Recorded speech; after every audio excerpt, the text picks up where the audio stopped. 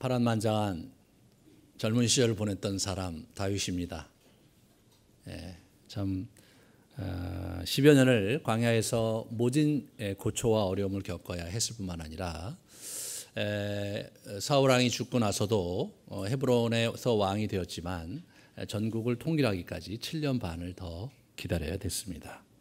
하지만 주께서 약속하신 그 약속이 드디어 이루어지는 순간이죠. 이스라엘의 모든 지파가 헤브론에 이르러 다윗에게 나와 이르되 보소서 우리는 왕의 한 고륙이니이다 이렇게 얘기를 하고 있고요. 그 다음에 3절에 보시면 이에 이스라엘 모든 장로가 헤브론에 이르러 왕에게 나오매 그렇게 얘기하면서 이제 북쪽 이스라엘 지파가 이제 다 같이 나와서 우리 다윗을 왕으로 추대하는 그런 장면을 이렇게 보고 계십니다. 그들이 하는 얘기가 당시는 사울이 왕이 되었을 때도 이스라엘 거느려 출입하게 하신 분은 왕이었고 여호와께서도 왕에게 말씀하시기를 내가 내 백성 이스라엘 목자가 되며 내가 이스라엘의 주권자가 되리라 하셨다 하니라 라고 맹랑하게 얘기를 합니다. 왜 이걸 알고 있으면서 이제 오냐 말이에요. 이런 거 다 알고 있었잖아요. 그런데 벌써 7년여 전에 그렇게 했어야 되는 건데 이 친구들이 7년 반이란 긴 세월 끝에 와서는 아주 능청스럽게 당신이 우리 고륙과 친척이고 사울왕 정권에서도 결국은 당신이 주도권을 행사한 지도자였고 하나님께서도 당신을 이렇게 왕으로 세웠던 바 있는 분이시오니 우리가 왕으로 당신을 옹립합니다. 그런 얘기를 이제 하고 있는 거죠. 참 하나님의 뜻이 분명했음에도 불구하고 실제로 그 뜻이 구체적으로 실현되는 데는 많은 시간이 필요한 것을 보게 됩니다. 이분이 아마 10대 후반으로 우리가 생각되어질 수 있는데 10대 후반에 사무엘에게 기름 부음 받았습니다. 그리고 이분이 지금 나이가 30대 후반 38입니다. 그러므로 약 20여 년 만에 기름 부었던 사무엘도 죽고 자기를 괴롭혔던 사울왕도 죽고 그렇게 죽어가면서 이 사람이 38에서야 드디어 왕이 됩니다.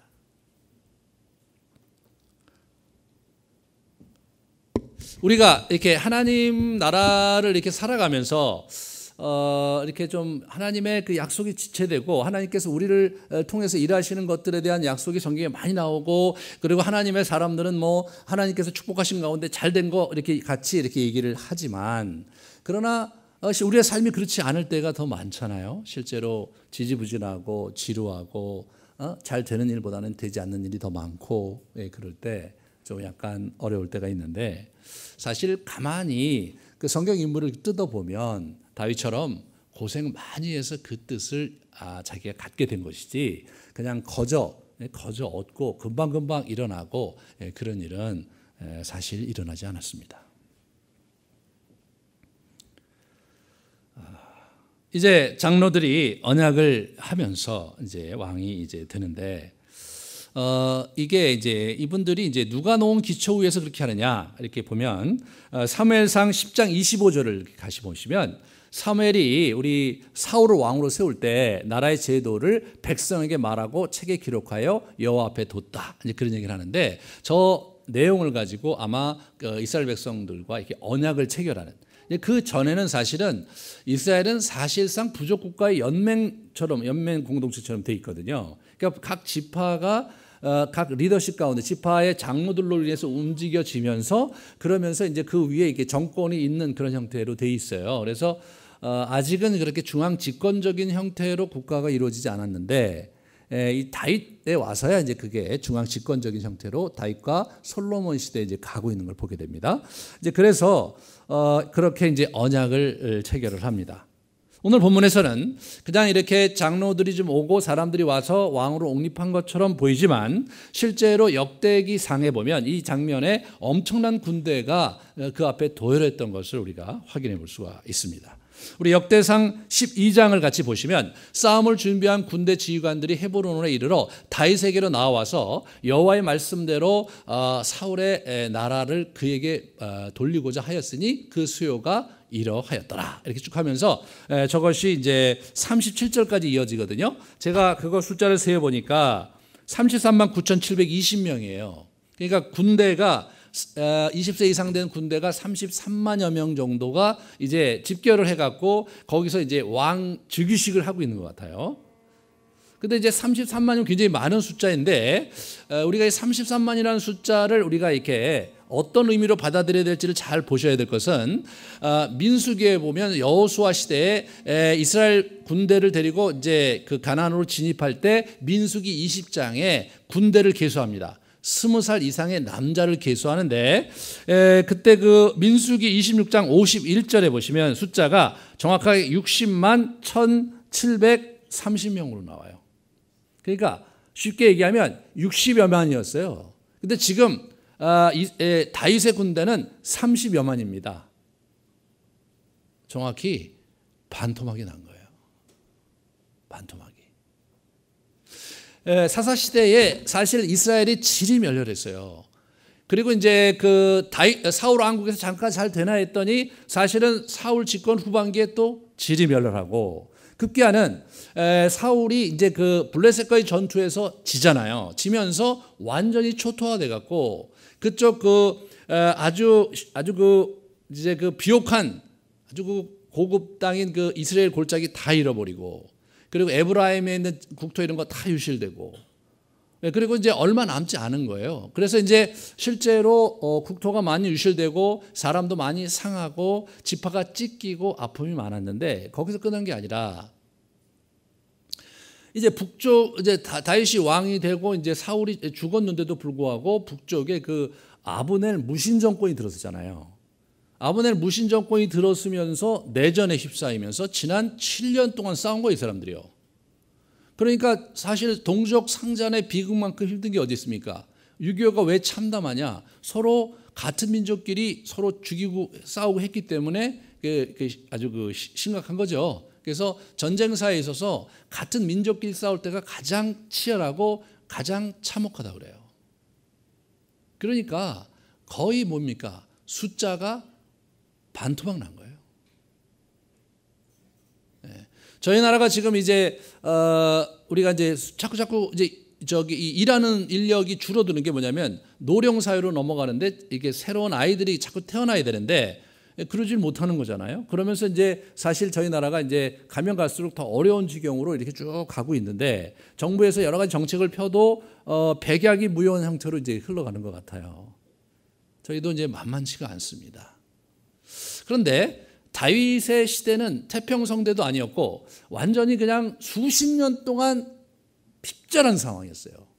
그리고 지난 200~300년 동안 나라가 재고를 한 적이 없습니다. 그런 나라를 다윗이 얻은 겁니다. 참 우리가 이제 다윗을 볼 때 다윗의 영광을 얘기하고 이제 다윗이 참 아름다운 사람이고 하나님의 사람이니까 복을 많이 받고 이제 그런 얘기를 우리가 쉽게 할 수 있고 그렇지만 실제로 이 역사서를 천천히 읽어보면 다윗이 엄청 고생했어요. 그가 단지 그가 그 왕이 되기 전에 광야에서 엄청 고생한 게 다가 아니고요. 그가 왕이 돼서 나라의 꼴을 만들고 그리고 이게 이제 하나님 원하시는 땅을 정복하는 그 와중에 엄청난 전쟁의 소용돌이 속에 평생을 보낸 사람, 그 사람이 다윗입니다. 저는 다윗이 오늘 본문에 보면 그렇게 기뻐하는 모습을 보여주지 않아요. 네? 그 12절에 가서 잠깐 다윗의 속내가 드러납니다. 하나님께서 나와 함께 하시네. 그렇게 아주 약간 싱겁고 약간 뭐랄까 무덤덤하게 또는 약간 쿨하게 받아들이는 것 같은 인상이 있잖아요. 다윗이 그 뭐 기뻐하는 모습이 전혀 안 보이는 거예요, 여기서. 그래서 저는 이게 왜 그럴까 이제 그런 생각을 했는데 전체를 이렇게 쭉 역사를 한번 쭉 훑어보고 군대의 숫자를 생각해 보니까 막상 집권을 하니까 얼마나 힘들었을까. 그렇지만 소망이 있었던 것은 사람들은 많이 기뻐했어요. 역대상 12장 38절 40절 이렇게 보시면 그들이 전열을 갖추고 다 성으로 헤브론에 이르러서 다윗을 온 이스라엘 왕으로 삼고자 하고 또 이스라엘의 남은 자도 다 한 마음으로 다윗을 왕으로 삼고자 해서 무리가 거기서 다윗과 함께 사흘을 지내며 먹고 마셨다. 그래서 큰 기쁨이 있었다. 예. 내전이 7년이나 지속됐으니까 이제 내전이 종식되면서 왕 같은 왕이 들었으니까 그들에게 희망이 있었고, 예, 그리고 많이 기뻤던 것을 우리가 이제 보게 됩니다. 다윗의 입장에서는 참 우여곡절이 많았던 지난 20여 년이었습니다. 자기 어느 날 이렇게 목동에서 이제 양떼 소떼를 치고 있는데 집에서 연락이 와서 자기 열심히 이제 가서 아버지 호출을 했으니까 갔는데 보니까 거기 이렇게 머리가 하얗고 이렇게 한 어떤 분이 거기 선지자 같은 분이 있고 형들이 주위에서 이상한 눈초리로 쳐다보고 있는데 갑자기 이상한 얘기하시면서 앉으라 그러더니 여기다 기름을 붓는 거잖아요. 이 10대 후반에 이게 얼마나 충격적이고 기름을 붓는데 왕이 될 거라고 하잖아요. 그 어린 마음에 얼마나 기뻐갖고 이제 그 기대가 많이 돼서 골리앗과의 전투에서요 이 사람이 만군의 여호와의 이름으로 나간다고 그래갖고 말이에요. 가서 돌팔매 갖고 이스라엘 그 어떤 용사도 넘보지 못했던 골리앗을 단숨에 무너뜨렸잖아요. 일약 스타가 됐고 영웅이 됐고 말이에요. 그리고 부마가 되고 말이에요. 군사령관이 되면서 20대 초반에 이 사람이 그냥 일약 엄청난 성공을 이룬 듯 했는데 그 초반에 골리앗과의 전투 이후에 몇 년 정도가 그리고 미갈과 결혼했던 정도가 아마 반짝 기쁘고 즐거운 시간이었고 그 이후에 우리 사울의 눈총을 받고 시기를 받으면서 10여 년을 광야에서 모진 고생을 합니다. 이 사람이 죽을 고비를 여러 차례 넘기는 거예요. 주변에 다윗으로 인한 높 제사장이 자기한테 음식과 칼을 제공했던 빌미로 해서 그 제사장만 죽인 게 아니라 높 일가가 몰살을 당합니다. 참 얼마나 마음이 아팠겠어요. 우리 다윗이 또 오죽했으면 두 번에 걸쳐서 블레셋 가드왕 아기스에게 망명을 했는데 첫 번째는 가서 미친 체하고 그래서 가까스로 이제 넘어갔고 두 번째는 망명을 했는데 이제 이 사람이 이제 시글락에 와서 자기 이제 그 군대가 600명이고 식솔들이 많으니까 좀 많겠어요. 그러니까 이 사람이 어떻게 이제 먹고 살 수가 없으니까 약탈 전쟁을 벌이는데 이민족들 약탈 전쟁을 벌이는데 그게 또 가드왕 아기스에게 그 소식이 들어가면 안 되니까 또 다 죽이고 그런 시간들을 하염없이 보내야 됐던 사람이 다윗이었죠. 거기다가 마지막에 사울이 무너지면서 사울이 블레셋과의 패하면서 완전히 초토화 되거든요. 국토도 초토화되고 사람도 많이 죽고 민심도 흉흉해지고 경제적으로 파탄나고 군대는 숫자 남자들이 반으로 줄고 그렇게 하면서 이 사람이 여기까지 온 거죠. 본인이 헤브론에서 유다의 왕이 되고 나서 통일은 해야 되겠고 통일을 하려고 하는데 내전이 일어나니까 굉장히 힘들고 그래서 요압이라는 친구하고 아브넬이 서로 막상막하라 오죽 요압을 우리가 지난 시간에 봤지만 다윗의 말을 잘 안 듣잖아요. 요압은 자비라는 눈꼽만치도 없는 사람처럼 보이잖아요. 자기가 죽여야 되려면 반드시 죽여고 자기의 원수는 반드시 갚고 아주 전형적인 근육질 남자거든요. 그러니까 이제 그런 사람이 계속 있으니까 사람이 죽어가는데 그게 이스라엘 사람이 죽는 거 아니에요?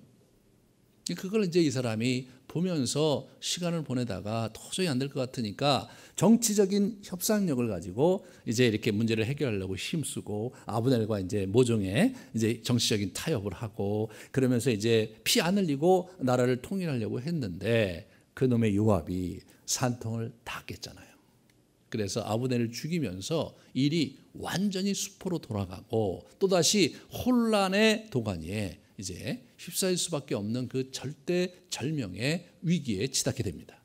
그 상황에서 정말로 하나님의 도우심인지 아니면 자중질환에 빠져서 스스로 무너져서 그랬는지 좌지간 그들이 자연스럽게 무너졌고 사울의 가문이.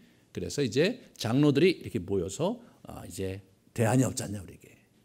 그러고는 그때 명분을 그들이 만들어내요. 명분을. 예. 사울 왕이 있을 때 다윗이 지도자였고, 선지자들도 다윗을 하나님께서 세웠다고 얘기하고 있고, 마땅히 이분이 아니냐. 그래서 아주 입 바른 소리를 이렇게 하면서 이제 이 다윗에게 나오는데, 저는 다윗이요 감정 표현을 많이 하는 사람이에요, 이 사람이요.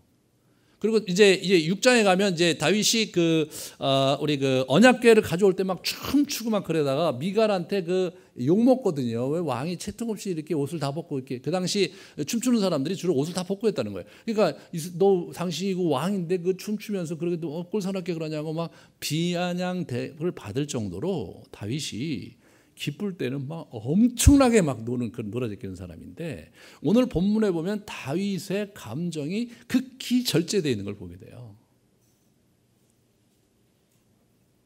다윗은 담담하게 그 상황을 받아들이면서 과거에 있었던 여러 궤적들을 자기가 이렇게 쭉 보면서, 그러면서 조심스럽게 하나님의 뜻을 분별하며 이제 나라의 기틀을 잡아가고 있었던 것으로 생각이 됩니다.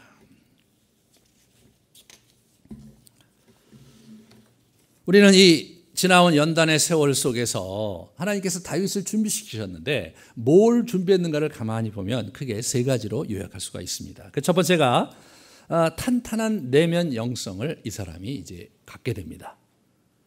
그래서 이 사람의 영성 생활을 볼 수 있는 것은 73편의 73편의 이 다윗의 시들을 통해서 이 사람이 얼마나 하나님과 밀도 있는 관계를 갖고 탄탄한 그런 내면을 갖고 있는가를 우리가 엿볼 수가 있습니다.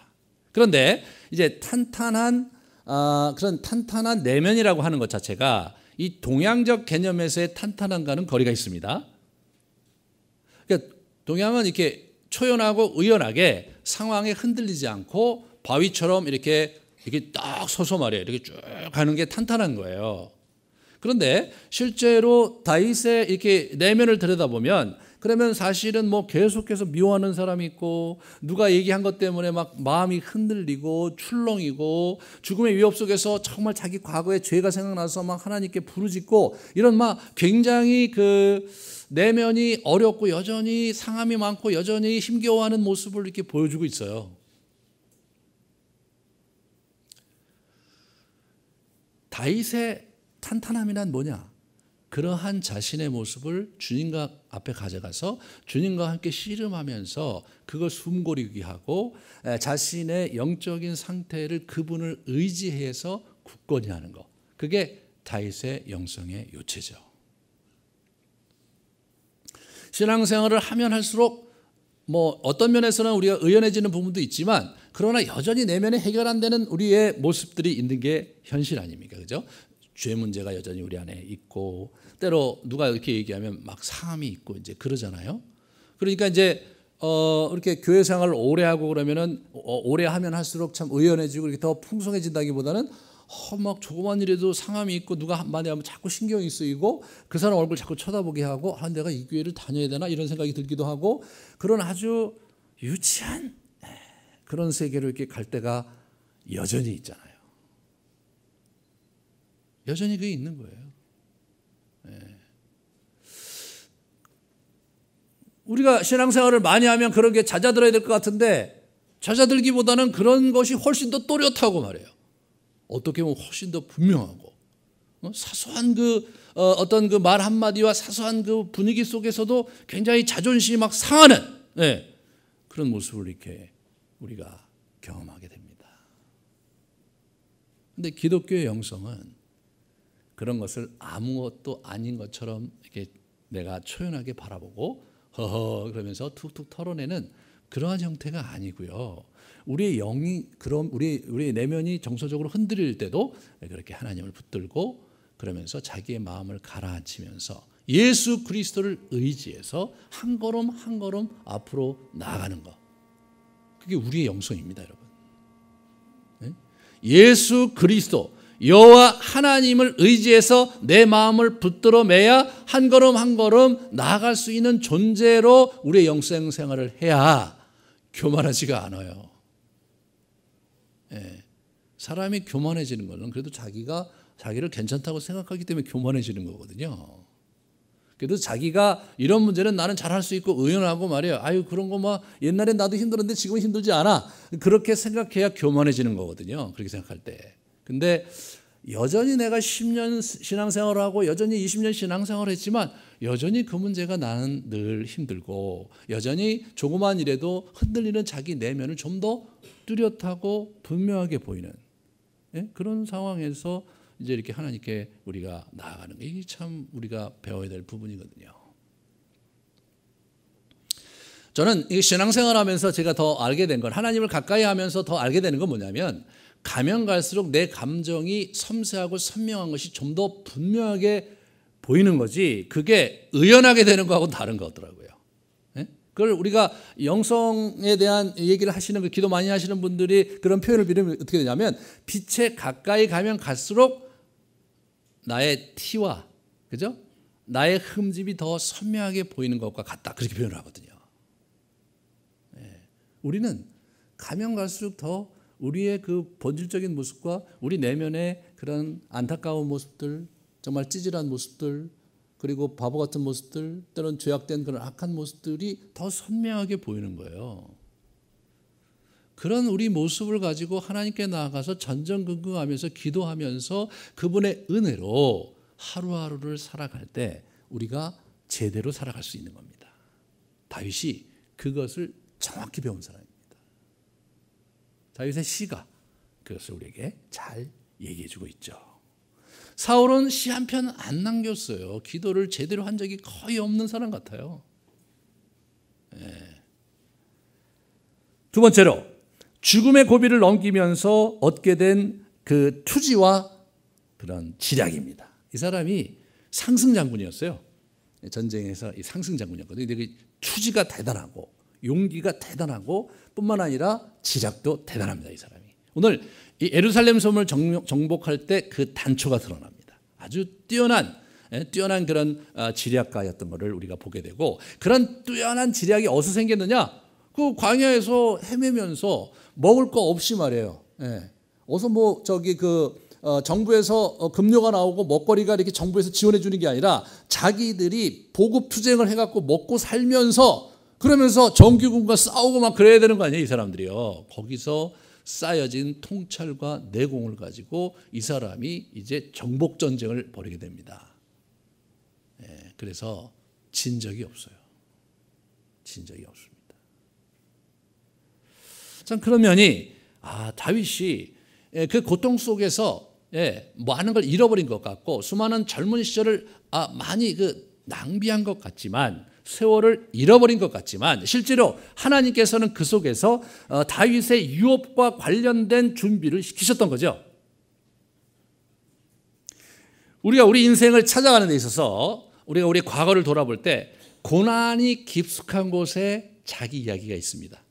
그 고난이 깊숙한 곳을 들여다보면 내가 상처받고 정말 눈물을 흘렸고 헐떡였던 수많은 시절이라 다시 가보고 싶지 않고 보고 싶지 않은 그곳이지만 사실 우리가 좀 기도하면서 그것을 찬찬히 깊게 들여다보면 그 속에 하나님께서 나를 붙드셨고 나를 일으키셨고 나를 빚어가셨던 그 손길을 우리가 볼 수가 있고 그것을 본다면 그래서 하나님께서 나를 이렇게 인도하셨고 그러므로 나는 이 일을 해야 되는 사람이구나를 알게 되는 겁니다. 다윗이 그거를 정확히 본 사람입니다. 세 번째로 탁월한 전쟁 수행 능력뿐만 아니라 충성된 용사들이 곁에 있었던 거예요. 다윗이 아무것도 없을 때 다윗의 비전과 다윗이 함께하는 사람인 것 그리고 그의 명분과 그의 공의로움과 그런 부분에서 이렇게 사람들이 계속해서 이렇게 몰려왔거든요. 그것이 다윗의 자산이 된 거죠. 역대기에 보면요, 다윗의 용사의 리스트들이 쭉 나옵니다. 다윗이 스스로 그의 능력으로 혼자서 다윗 왕국을 이룬 것이 결코 아님을 저자들은 분명히 밝히고 있습니다. 인생을 도모하는 일에 있어서 혼자 그 길을 잘 갈 수 있는 사람은 없습니다. 다윗이 어떻게 그렇게 성공 가도를 달릴 수 있었는가? 그것은 다윗이 어려운 시절에 누구를 만났고 그리고 이제 이렇게 쭉 살아왔는가? 그런 부분들을 우리가 이제 간과하지 말아야 됩니다. 여기 보면 하나님께서 점점 강성하게 하셨다. 이게 다윗에게 점점 사람이 붙는 거예요. 사람이 붙으면서 그러면서 강성해진 겁니다. 천천히. 그런 부분들이 저와 여러분이 좀 주목해 보셔야 됩니다. 이 사람이 이제 그런 구비된 사람으로서 이제 뭘 하냐면 도읍을 정하려고 그래요. 그러니까 나라의 수도를 예루살렘으로 정하고 공략을 준비합니다. 여기서 한 가지 우리가 주목해야 될 것은 이분이 기도하고 간 게 아니에요. 왜냐하면 그 다음번에 블레셋이 쳐들어왔을 때 기도하고 가거든요. 근데 이때는 그냥 자기가 생각할 때 저기가 전략적 요충이기 때문에 거기를 간 거예요. 이 부분에서 우리가 잘 이 사람이 어떻게 하는가를 보실 필요가 있어요. 보면 6절에 보시면 왕과 그의 부하들이 예루살렘으로 가서 그 땅 주민 여부수 사람을 치려하며 그 사람들이 다윗에게 이르되 내가 결코 이리로 올라오지 못하리라. 맹인과 다리 저는 자라도 너를 물리치리라. 그렇게 얘기하고 있어요. 여부수족이에요. 여부수족은 여호수아 시대부터 있었던 사람이에요. 이 사람들이요. 거기가 우리 사울 정권의 사울에 있었던 기브아 사울의 그 거처로부터 그 왕궁으로부터 멀지 않은 곳이에요. 그 사울 정권이 40년 내내 거기서 왕성하게 있었어요. 근데 지금 다윗이 와서 하니까 이 사람들이 비아냥대면서 야야 네가 뭘 여길 건너오냐. 맹인과 그리고 발 절름발이를 할지라도 너를 물리칠 수 있다라고 생각하면서 비아냥대거든요. 이 사람들이 이제 그런 장면인데 여기가 이제 왜 이 사람이 여기를 하려고 하는가를 잘 봐야 돼요. 여기는 이제 동서남북을 이렇게 이 가나안에서 동서남북을 이렇게 잇는 그 전략적 그 교통 요충지예요. 여기가 그런 곳이고 그다음에 기온이라는 샘에서 물이 풍부하게 나옵니다. 이게 산 꼭대기거든요. 이게 이렇게 언덕의 꼭대기인데요. 산 꼭대기에 있으면서도 물이 풍부하게 나오는 그런 곳이었어요. 그래서 기원전 2000년에 이미 예루살렘에 대한 기록이 이집트 문헌에 나오는데 거기 저주문인데 거기서 이 예루살렘 이름이 처음으로 역사상 등장합니다. 이게 이 성경 외에 곳에서. 그러니까 BC 2000년 전부터 이미 거기에 성이 있었고 그 성을 누가 알고 있었냐면 초대 강국 애굽이 그 성을 알고 있었어요. 그 성을 저주했다는 것은 뭔가 그 예루살렘 성과 이집트와의 갈등과 반목이 전쟁이 있었던 것을 의미하잖아요. 그렇지 않습니까? 그러니까 BC 2000년 전부터 거기가 주목받고 전략적 요충지인 곳이었는데 사실 우리 사사기에도 여기가 주목받은 적이 없고요. 그 다음에 사울 정권도 한 번도 여기를 주목받은 적이 없어요. 더 멀리 가면 어디로 가냐면요. 14장에 그러니까 창세기 14장에 이 아브라함이 거기 가나안 전쟁이 일어났을 때 돌아오면서 살레망 멜기세덱이 나와요. 살레망 멜기세덱이 이제 거기서 나와서 이제 포도주와 빵을 가지고 와서 거기서 조약을 체결하고 하나님께 예배드려서 이제 거기서 우리 아브라함이 살레망 멜기세덱 제사장에게 자기의 11조를 바치는 그런 장면을 봅니다. 그게 14장이거든요. 거기 살렘이 예루살렘 그 살렘이에요. 그리고 모리아산이 거기입니다. 이삭을 바쳤던 모리아산도 거기에요. 하지만 그 이후로 이스라엘 역사에 주목받지 못하다가 다윗이 그걸 주목하는 거예요. 이 사람이 참 재미난 사람이에요. 그러면 이 다윗이 주목했던 이 예루살렘이 한번 이렇게 보면 여러분 이제 우리 그림을 좀 봐야 돼요. 그림을 좀 보여주실래요? 저기가 이제 저렇게 이제 이렇게 시온이라고 여부수 종족의 성 이름이 시온이었어요. 근데 그것이 이제 시온성인데 처음에 여부수의 이름이다가 다윗이 그걸 차지하고 다윗성이라고 이름을 붙였는데 나중에는 시온성과 다윗성이 같이 나오죠. 나중에 이제 선지서에 가면 하나님의 임재가 있는 그 성을 시온성이나 이게 많이 나와요. 시온성이. 근데 이 시온성인데 그 다음에 이렇게 보시면 저렇게 이제 양쪽에 이렇게 협곡이 있고요. 가운데 저렇게 도드라지게 이렇게 있는 거예요. 예? 저렇게 있는 거예요. 그러니까 저기가 그 당시에 그 전쟁 그 어떤 그 패턴 속에서는 저기가 이게 정복하기 어려울 수밖에 없는 거죠. 양옆에 협곡이 있고 그 안에 이렇게 볼록 튀어나온 그 위에다가 도시를 지은 거예요. 그래서 저것이 이제 지금 보면 뭐 지금같이 뭐 포 쏘고 뭐 이렇게 비행기를 때려 묻는 그런 상황에서는 아무것도 아니지만 고대의 초대 강국 바벨론이 저기를 점령하는데 3년이 걸렸고요. 그리고 예수님 그 시대도 좀 전에 우리 예수님 시대 이후에 그 로마가 저기를 점령하는데 3년 걸렸어요. 그 당시 전쟁 수행 능력으로 저거 3년 걸린 거예요. 이게 굉장히 어려운 거예요. 그러니까 뭐냐면 저기가 산지 가운데 있기 때문에 저기는 샘이 시온 샘이 있기 때문에 물이 있는데 양옆에 물이 없고 먹을 것도 별로 없어요. 그러니까 저기서 저걸 포위해 갖고 저거를 공성 작전을 피려면 엄청난 물자가 필요한 거예요. 네? 그 유지하려면 보통 일이 드는 게 아니에요. 그러니까 저기가 당시로서는 난공불락의 요새인 거예요. 그러니까 이 사람들이 자신이 있었던 거예요. 사울 정권 때 한 번도 넘보지 못한 것이거든요. 아니 그 이전에 아주 오랫동안 자기들 넘본 데도 없고 기껏해야 애굽 사람들이 와서 몇 번 뭐 해봤지만 자기들을 어떻게 해볼 도리가 없었단 말이죠. 그러니까 이 사람들이 자신 있게 다윗에게 얘기하는데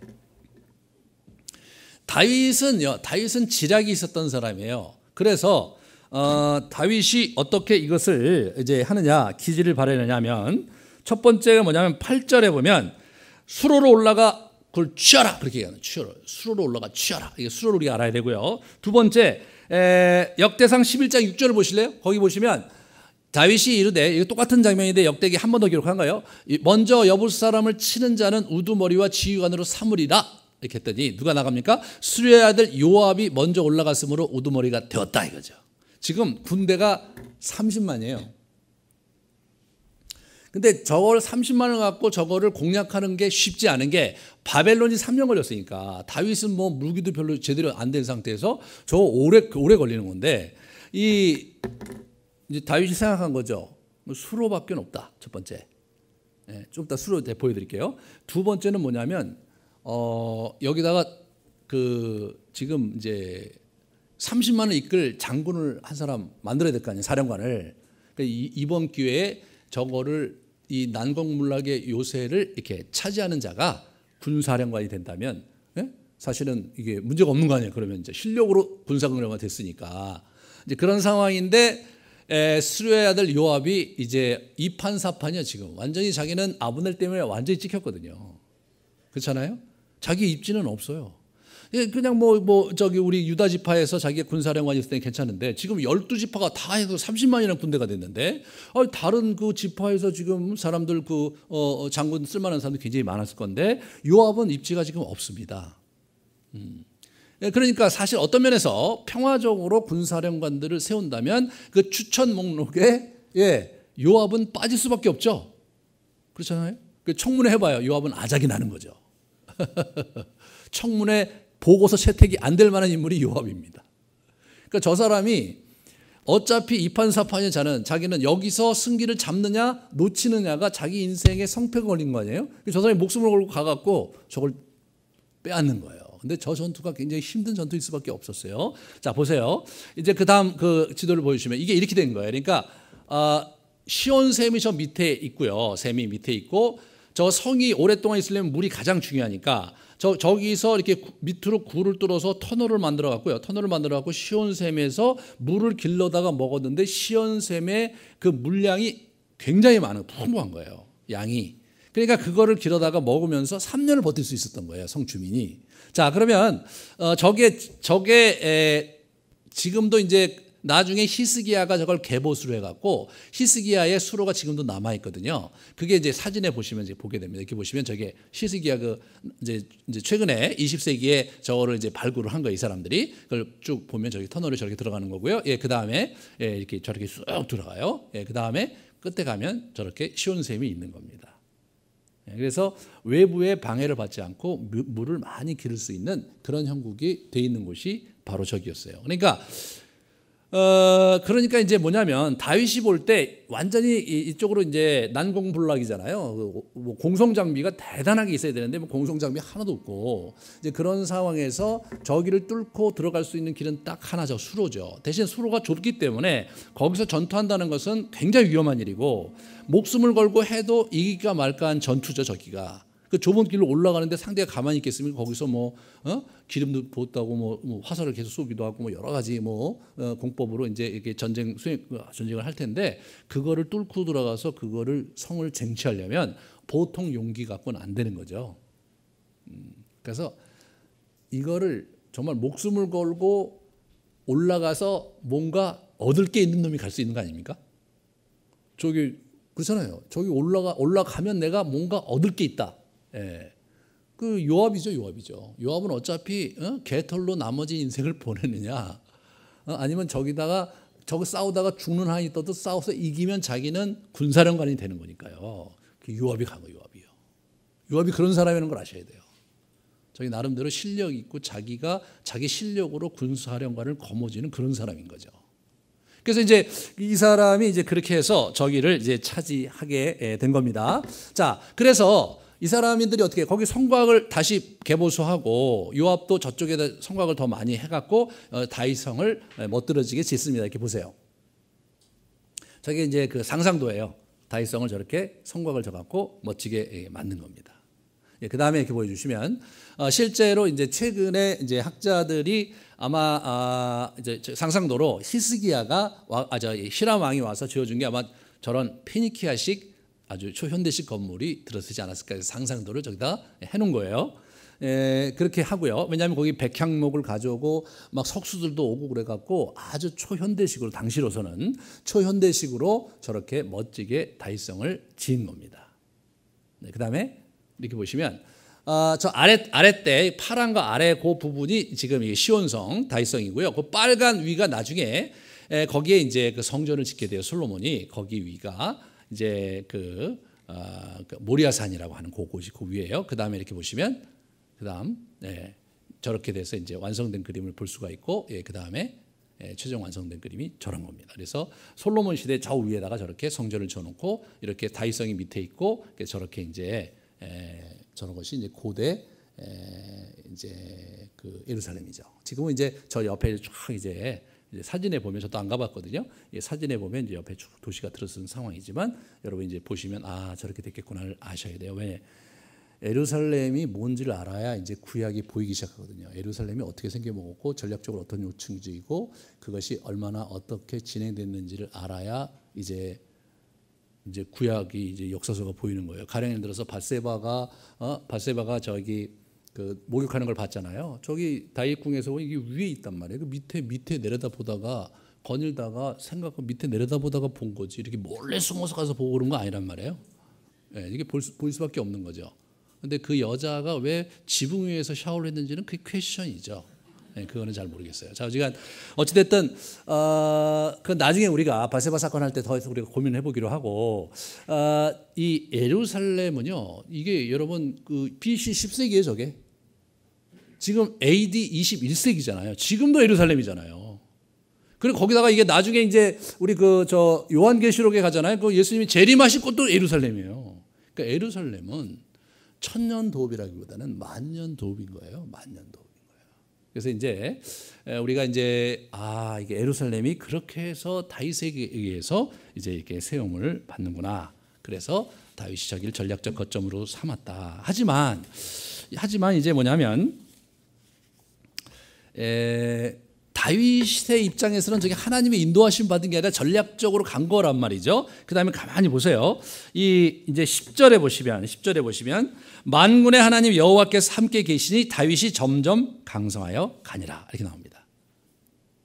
만군의 여호와의 하나님이 함께 계셨다. 이런 이 만군의 여호와의 이 부분을 잘 보셔야 돼요. 성경에 보면 하나님의 이름이 시대마다 조금씩 다르게 호칭이 돼요. 자, 창세기에는 족장 시대는 전능한 하나님이라는 표현이 나와요. 아브라함에게 전능하신 하나님으로 나옵니다. 그 다음에 우리 출애굽기 상황에서 모세에게는 아브라함과 이삭과 야곱의 하나님 여호와입니다. 여호와의 이름은 뭐냐면 스스로 있는 자. 그러면서 굉장히 인격적인 하나님으로 나와서 인격적인 하나님이 어떻게 되냐면 이제 이스라엘 백성과 교제하고 언약을 체결하는 그런 형태로 나옵니다. 그러다가 만군의 여호와라는 말이 처음으로 등장하는 것은 사무엘상입니다. 우리 한나의 기도에서 나오거든요. 그러니까 그 당시에 제가 이렇게 묵상을 해보면 만군은 군사적인 용어거든요. 천군의 하나님이거든요. 아주 강력한 군대를 갖고 있는 하나님이고, 그 하나님이 이민족들을 징벌 하시고 이민족들과 전쟁하셔서 이스라엘을 굳건히 세우시는 여호와 하나님이거든요. 사사시대 말년에 완전히 지리멸렬하고 초토화된 상황 속에서 이 사람들이 우리의 왕국을 견고히 세우실 여호와 하나님을 붙드는데, 그 표현이 만군의 하나님인 거예요. 만군의 하나님입니다. 근데 저 만군의 하나님이라는 그 기도를 성취한 사람이 누구냐? 다윗이에요. 그게 다윗이요. 실제로 만군의 하나님을 만군의 하나님 되게 하신 사람, 그게 다윗입니다. 다윗이 만군의 하나님이라는 용어를 처음 쓰는 장면이 그게 이제 나오는데, 그거 좀 이따 보고요. 자, 그러면 우리가 역대상에 이제 잠깐 보시면 베냐민 자손 곧 사울의 동족은 아직도 태반이나 사울의 집을 따르나 그 중에 나온 자가 3,000명이다. 그러니까 왕으로 옹립될 때 베냐민 지파는 어디냐면 사울의 지파거든요. 거기 있는 사람의 태반은 지지를 안 했어요. 예. 이게 이제 다윗의 그 왕국이 갖고 있는 어떤 그 이제 현실적인 기반이었던 거예요. 이게 한 마음으로 딱 모아진 게 아닌 거예요. 왜냐하면 역사 자체가 파란만장이 흘러왔기 때문에 그 지방생과 지파의 이해관계가 그렇게 딱 맞아떨어지지 않는 거예요. 그 다음에 이렇게 보시면 사람이 날마다 다윗에게로 돌아와서 돕고자 하며 큰 군대를 이루어 하나님의 군대와 같았더라. 그러니까 한쪽에서는 또 굉장히 강력하게 다윗을 지지합니다. 그러니까 많은 사람들이, 많은 지파의 절대 다수의 사람들이 다윗을 지지합니다. 하지만 모든 사람들이 다윗을 지지한 건 아니었다는 거죠. 그래서 다윗 제위 때 실제로 여러 차례 쿠데타가 일어납니다. 쿠데타가 일어나요. 왜냐하면 다윗을 반발하는, 다윗과 척을 지는 세력들이 이렇게 국가 내에 내재하고 있었던 것을 우리가 이렇게 쭉 이제 역사를 통해서 보는 거죠. 다윗이 그런 긴장 가운데 있었어요.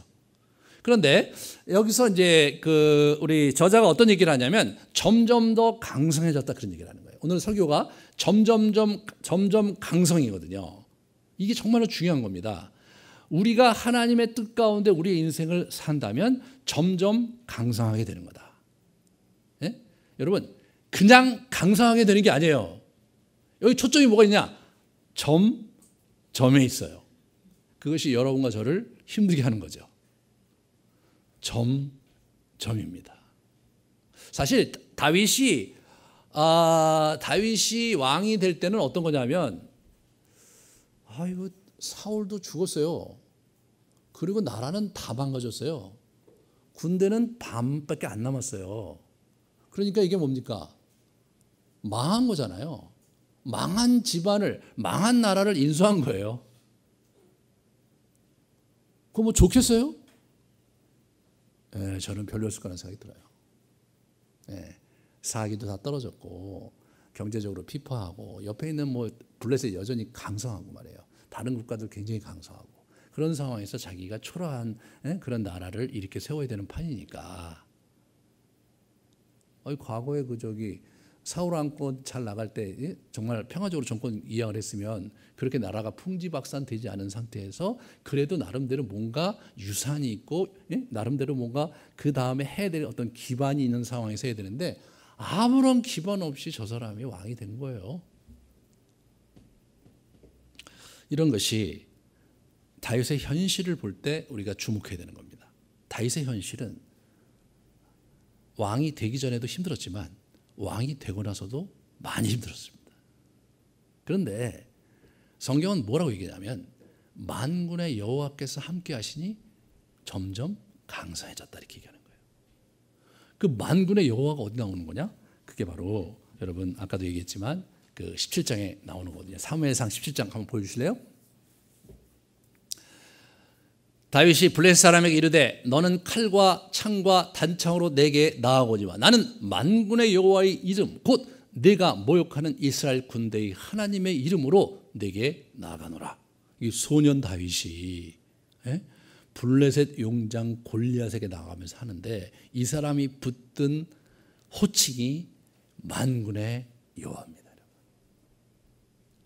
그 소년의 마음에 그 믿음을 가지고 자기가 정말 뭐 다 알았겠어요? 예, 다 알았겠어요? 자기 나름대로 그 소년의 마음에 순수한 마음으로 외쳤던 그 만군의 하나님, 만군의 여호와, 그 여호와께 부르짖고 나아갔는데 그 하나님께서 그 다윗이 붙잡았던 바로 그 하나님께서 다윗의 왕국을 굳건하게 하고 계시다는 겁니다.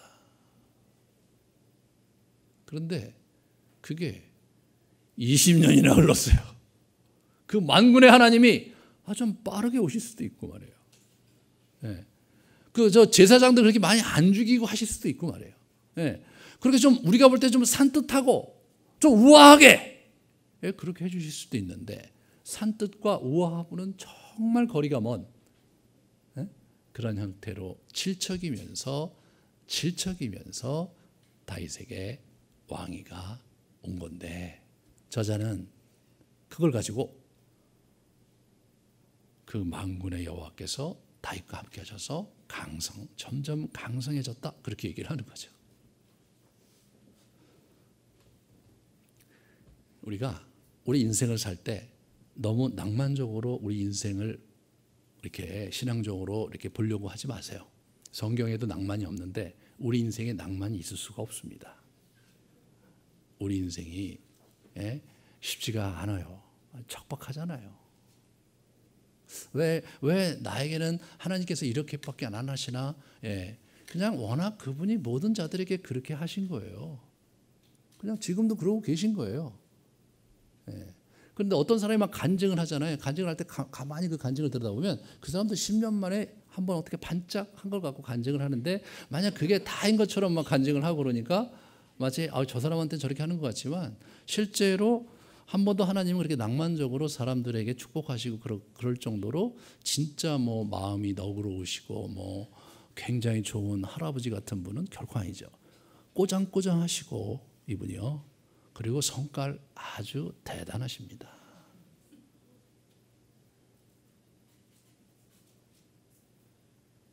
어떡하겠어요? 그 양반이 전권을 갖고 있는데 어떡하겠어요? 그분이 능력자이시고 그분이 온 우주를 통치하시며 궁극적으로 그분의 방식대로 구원과 은혜를 베푸시는 분인데 그래서 우리에게 필요한 게 인내와 복종이라고 성경은 가르쳐 주시는 거죠.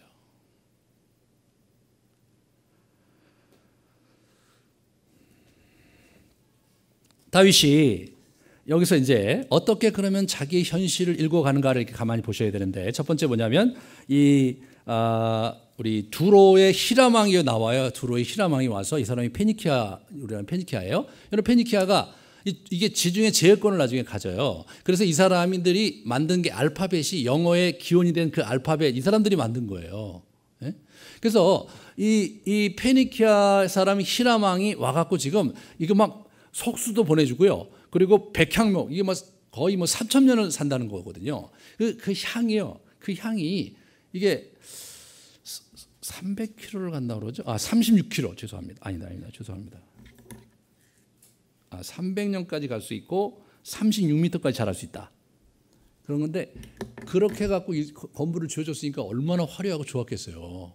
근데 이 사람이 왜 여기 와서 지어주겠냐? 그게 뭐하고 연결되어 있냐면 그 당시 블레셋은요, 여러분 물고기 신을 섬기는 애들이에요. 이 친구들은 해양 민족입니다. 저쪽에 그리스하고 페르시아 있는 거기 에게해가 있는데 거기에 있는 해양 세력이에요. 거기서 무슨 일인지 전쟁이 나서 이 친구들이 이쪽으로 이주해 온 거예요.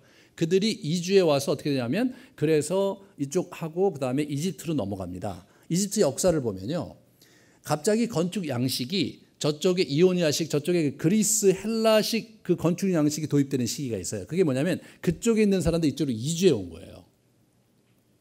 그때 이 사람들이 여기 있기 때문에 이 사람들은 뭐냐면 지중해 제해권을 가진 거예요. 자, 지중해 제해권은 어떻게 된 거냐면 지중은 그 당시에 이 배를 운전하는 능력이 요즘같이 크지 않았기 때문에 정중앙으로 배를 가져갈 수가 없었다는 거예요. 그러니까 배를 어떻게 되냐면 지중해 그 해안을 따라가는 거예요. 그러니까 지도도 없었고 그다음에 해양 기술이 없었기 때문에 이게 어떻게 되냐면 이렇게 육지의 해안선을 보면서 항해를 하는 거예요. 이렇게 돌아가는 거예요. 이렇게 돌아가는 겁니다. 그러니까 이 사람들이 어떻게 에게에서부터 이집트까지의 해양 세력을 이 블레셋 사람들이 갖고 있었던 거예요. 그때 신흥 세력이 등장한 게 히람 왕, 이 페니키아가 두로와 시돈에 있는 사람들이 지금의 레바논이에요. 그 사람들이 거길 등장하기 시작했는데 잘은 모르지만 다윗이 이게 지략가잖아요. 그러니까 블레셋이 해양을 지금 장악하고 있는데 해양 세력을 장악하고 있는데 히람과 정치적인 결탁을 해갖고 그러면서 해양의 세력을 해양을 장악하려는 그런 생각을 갖고 그 사람과 같이 뭔가를 했던 거죠. 그러니까 그 사람이 정치라는 것은요 공짜가 어디 있습니까? 공짜가 지금 그죠? 그러니까 이제 이 사람이 와서 그걸 지어준 거죠. 지어준 거예요. 나중에 어떻게 됩니까? 요 다음 장면이 블레셋과의 전투에서 블레셋을 초토화시켜 버려요. 그래서 블레셋을 제압해 버립니다. 블레셋을 제압하면 거기 해양에 있는 그 제해권을 누가 갖게 되느냐? 페니키아가 갖게 되는 거예요. 히람이 나중에 그래갖고 이 사람이 다윗과 친분이 많고 그래서 솔로몬이 이게 성전 지을 때 히람이 엄청난 물자를 댑니다. 왜? 다윗 때문에 부자 됐거든요. 이 부분이 이제 다윗에 대해서 이 사람이 얼마나 지략이 있는가를 우리가 엿볼 수 있는 장면이에요. 그 사람이 그래서 와서 그거를 집을 지어준 거예요. 히람 왕은 나름대로 다윗에게 투자한 거예요. 새로운 신흥 세력이다 이거예요.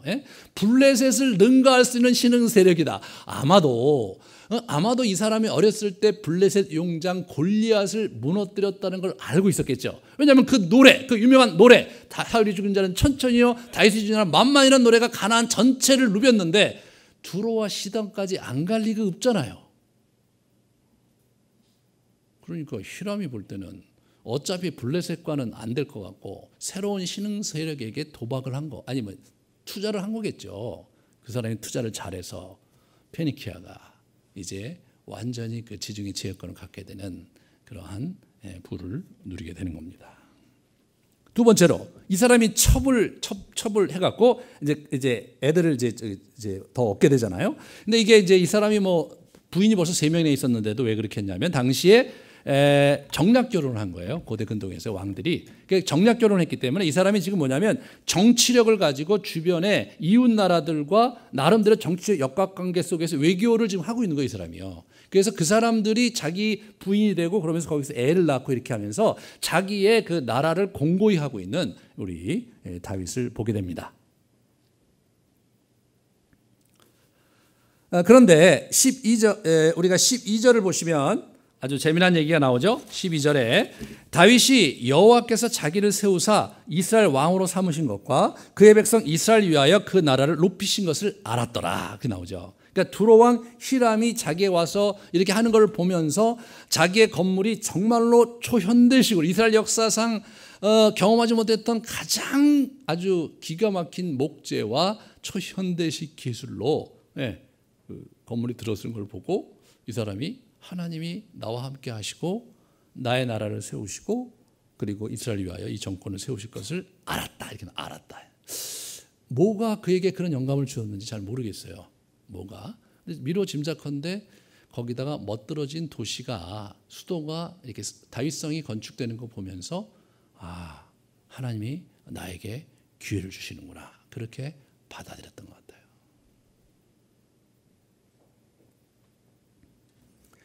12절 후반부에 하나님의 백성을 위해 다윗 왕국을 높이심을 알았다. 이걸 알아셔야 돼요. 다윗이 타산지석으로 삼았던 사람이 사울이잖아요. 사울은요 자신의 왕조를 위해서 자기의 왕조의 번영을 위해서 왕이 된 사람이에요. 그래서 요나단에게 물려주려고 한 거예요. 다윗은 그걸 보면서 내가 왕국을 갖게 된 것은 내 다윗 왕과를 번창시키기 위한 것이 아니라 이스라엘 백성을 위한 것이다.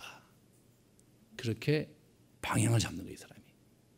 이스라엘 백성을 위한 것이다. 이스라엘 백성을 위한 것이 무엇이냐? 그거는 우리 모세오경에 나오는 가나안의 비전, 그리고 가나안 전체를 정복하면서 그러면서 온 세계에 하나님의 공의와 긍휼을 이렇게 이방에 비추어 전달하는 그 비전을 이 사람이 가슴에 품게 됩니다. 그래서 이 사람이 나중에 정복 전쟁을 벌일 때 우리 아브라함에게 약속하셨던 땅, 큰 강 유브라데스 강부터 가나안까지, 애국강까지 전역을 이 사람이 전쟁으로 확보하게 되는데, 그 비전이 어디서 나오느냐? 모세오경에서 나온 거예요. 이분이요, 나름대로 그것을 내면하고 있었던 것이 너무나 분명합니다. 그는 자기가 하는 일이 지금 여기다 예루살렘을 정복하는 거 하나님께 묻지 않았고, 그 다음에 자기가 이제 성을 쌓고 그러면서 이웃 나라들과 지금 이제 외교력을 펼치면서 자기 나라를 공고히 하는 과정 속에서 하나님께서 나와 함께 하시는 게 맞구나라고 받아들인 겁니다. 다음 주에 그런 다윗이 첫 번째 전투를 블레셋과 치르는데, 그가 여호와의 전쟁을 가지고 그 전쟁을 치르는, 그 신앙을 가지고 전쟁을 치르는 장면을 우리가 보게 될 겁니다. 이런 날이 다윗에게 온 겁니다. 다윗은 정말로 히람 왕에 의해서 자기의 그 집이, 자기의 그 다윗 성이, 수도가 그럴듯하게 완비된 걸 보면서 어떻게 돼요? 하나님이 나와 함께 하시는구나를 받아들인 거예요. 저는 이 마음이 이해가 되더라고요. 왕국의 왕은 됐는데 할 일은 너무나 많아. 이웃 나라들도 막 그냥 이렇게 계속 자기들 넘보고 있고, 내분도 많고, 여전히 뭐 지지하는 사람도, 자기를 지지하는 사람도 있지만 자기를 반대하는 사람도 있어요. 블레셋은 여기서 웅크리고 계속 호시탐탐 노리고 있고 말이에요.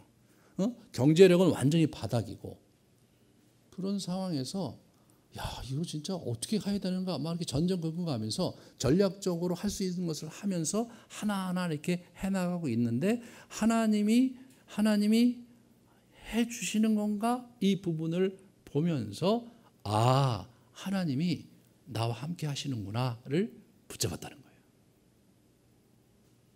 여러분, 이걸 이렇게 읽어서는 안 돼요. 다윗은 하나님의 사람이기 때문에 그가 정말 기름 부음 받을 때 하나님의 뜻을 확고히 붙잡고, 그리고 그가 정말 20여 년 동안 연단 받았기 때문에 이제 하나님의 뜻을 가지고 열심히 갔다, 이렇게 해석하시면 안 됩니다. 본문은 그렇게 쓰고 있질 않아요. 그렇게 쓰고 있질 않아요. 이 긴장이 우리에게 있는 거잖아요. 이 긴장이. 다윗조차도 약간 뜨악해서, 약간 거리를 두고, 이거 진짜 이거 맞나? 내가 진짜 이거 해야 되나? 이런 조심스러운 마음을 가지고 한 발짝 한 발짝 간 사람이 이 다윗입니다. 이 태도가 우리에게, 여러분과 저에게 굉장히 중요하다고 생각해요. 늘 우리 인생에서. 왜냐하면 이게 신앙생활 할 때 보면 막 처음에 막 하나님의 뜻을 딱 붙잡고 그냥 확 하면 될 것 같아서 확 밀어붙여갖고 커다랗게 갔는데, 나중에 이 끝이 아주 안 좋으신 분들이 많거든요. 그 사울의 길이잖아요. 사울 처음에 하나님의 뜻을 붙잡고 갔는데 가다 보니까 자기 뜻으로 끝내잖아요. 다윗은 그 사울을 보며 그렇게 가지 않았습니다. 자, 우리가 여기서 이제 우리가 한 가지 좀 생각해 봐야 될 것은, 다윗의 가문이 이제 일어나게 되잖아요. 그래서 이제 아이들이 막 태어납니다. 아이들이 태어나고 막 이런 걸 계속 기록하는 것은요, 모세오경부터 자녀가 태어나는 것은 하나님의 축복이었어요. 그러니까 그 하나님의 축복이 이 가문에게 임하고 있다는 것을 계속해서 그런 식으로 이렇게 보여주는 거예요.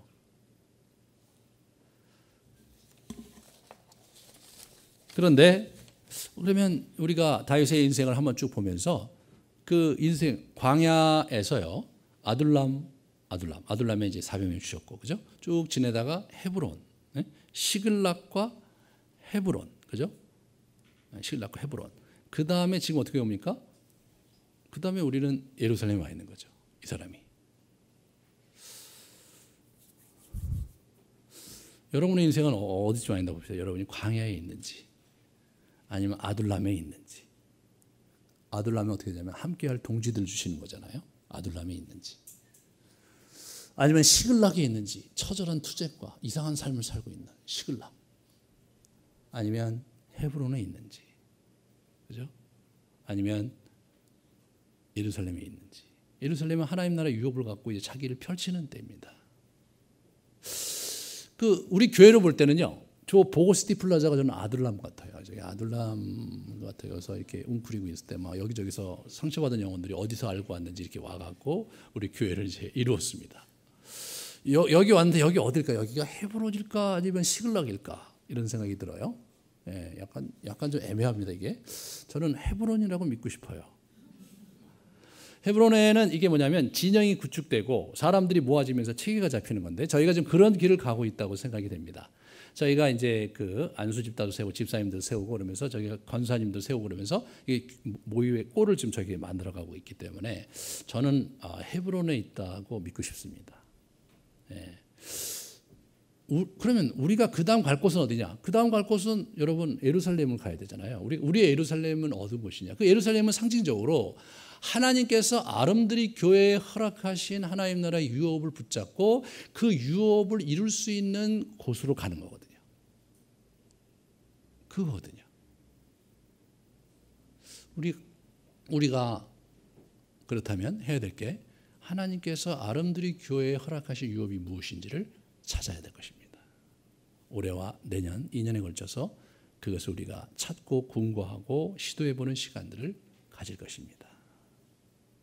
개인적인 차원에서 또 여러분 개인이 있잖아요. 개인적 차원에서 그렇게 뚜렷하게 나는 아둘람이 어딘가고 나는 광야에 있는 것 같고 막 쭉 이렇게 보실 수 있는데 사실 개인적인 차원에서 그 선이 뚜렷하게 있는 사람보다는 뚜렷하지 않은 사람이 훨씬 더 많아요. 제가 이게 저기를 해보면 아브라함 학교를 해보면 이렇게 뚜렷하게 안 나온 분들도 많아요.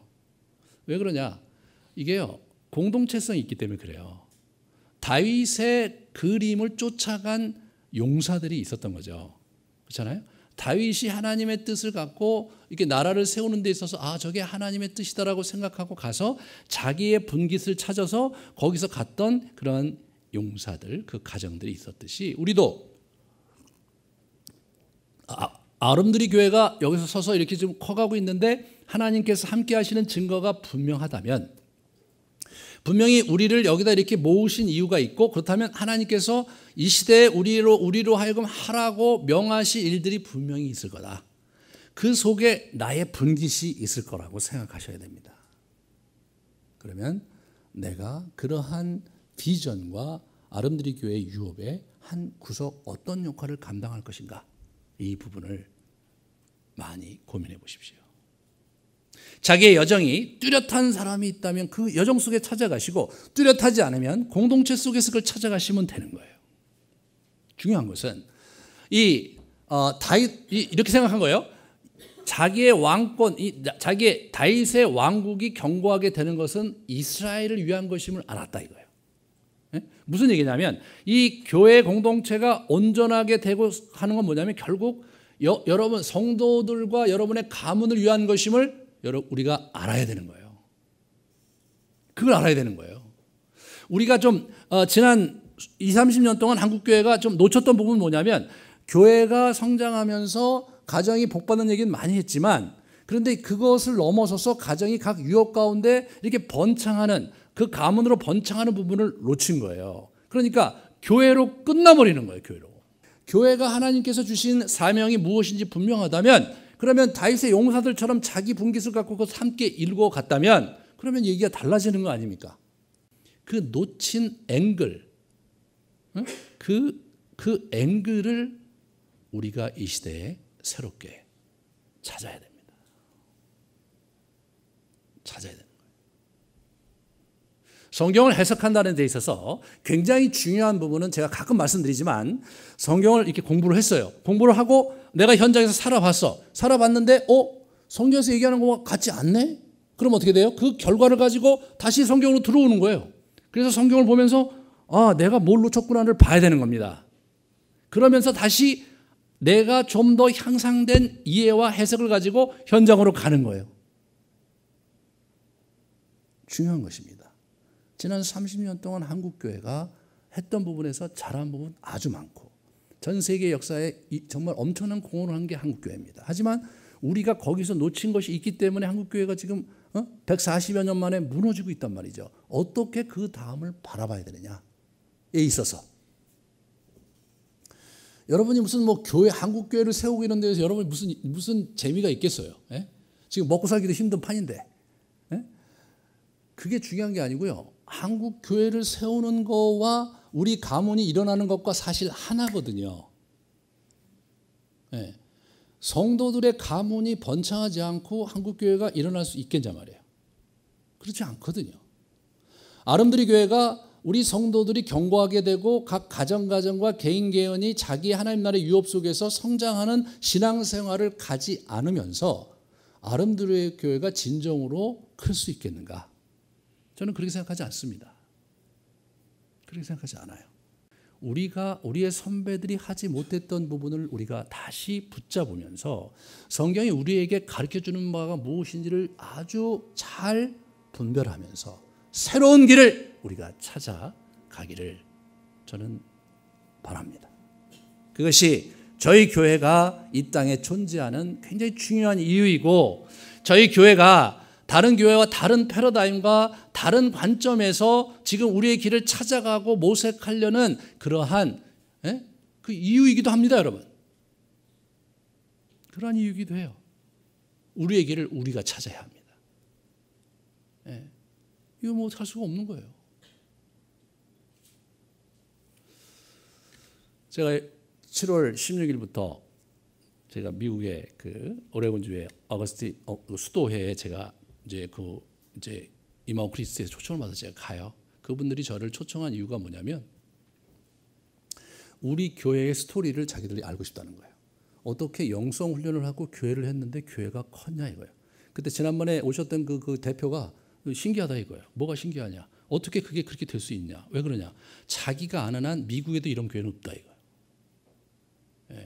우리 교회가 지금 몇 명 되지도 않고, 보다시피 이게 지금 여기서 전전긍긍 한국에 좋은 교회, 유명한 교회 되게 많은데 뭘 우리 교회에 대한 얘기 아니다. 우리 교회에 대한 케이스를 자기들은 알고 싶다는 거예요. 그래서 제가 뭘 보내달라는데 적기도 좀 애매하고 그래서 안 보냈어요. 결국은 초청을 하는 거예요. 그 수련회에 초청을 했어요, 저를. 우리들의 이야기를 자기들이 듣고 싶다는 거예요. 신기하죠? 안 갈 수가 없었어요. 그래서 이번에 가는데 그 사람들이 무슨 질문을 하며 혹시 이런 나의 경험이 미국 교회에게 도움이 되지 않을까? 이런 기가 막힌 상상을 하는 거죠.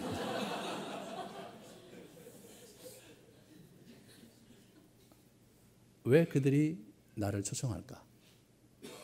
이 시대에서 새로운 방식으로 성경을 보고 새로운 방식으로 교회를 세우는 모습이 그들에게 의미가 있기 때문에 저를 초대한 거죠. 저는 이것이 하나님께서 우리가 가는 길에 대해서 마구마구 격려하시는 굉장히 큰 증거라고 생각합니다. 한국에서는 아무도 안 알아주는데 미국의 사람들이 주목하는 거죠. 우리가 소박하고 아직도 부족한 거 많지만 우리가 새로운 시대를 살아가는 데 있어서 정말 이렇게 깨어있는 그러한 모습과 성경에서 말하는 바를 지키려고 하는 그런 순전한 열망을 주님께서 귀하게 보실 것이고, 그것이 궁극적으로 여러분과 저의 인생의 축복이며 우리 자손의 복이 되는 길로 나아가게 될 것이라는 거죠. 사랑하는 여러분, 우리가 그 길을 함께 갑시다. 같이 우리 기도하시겠습니다.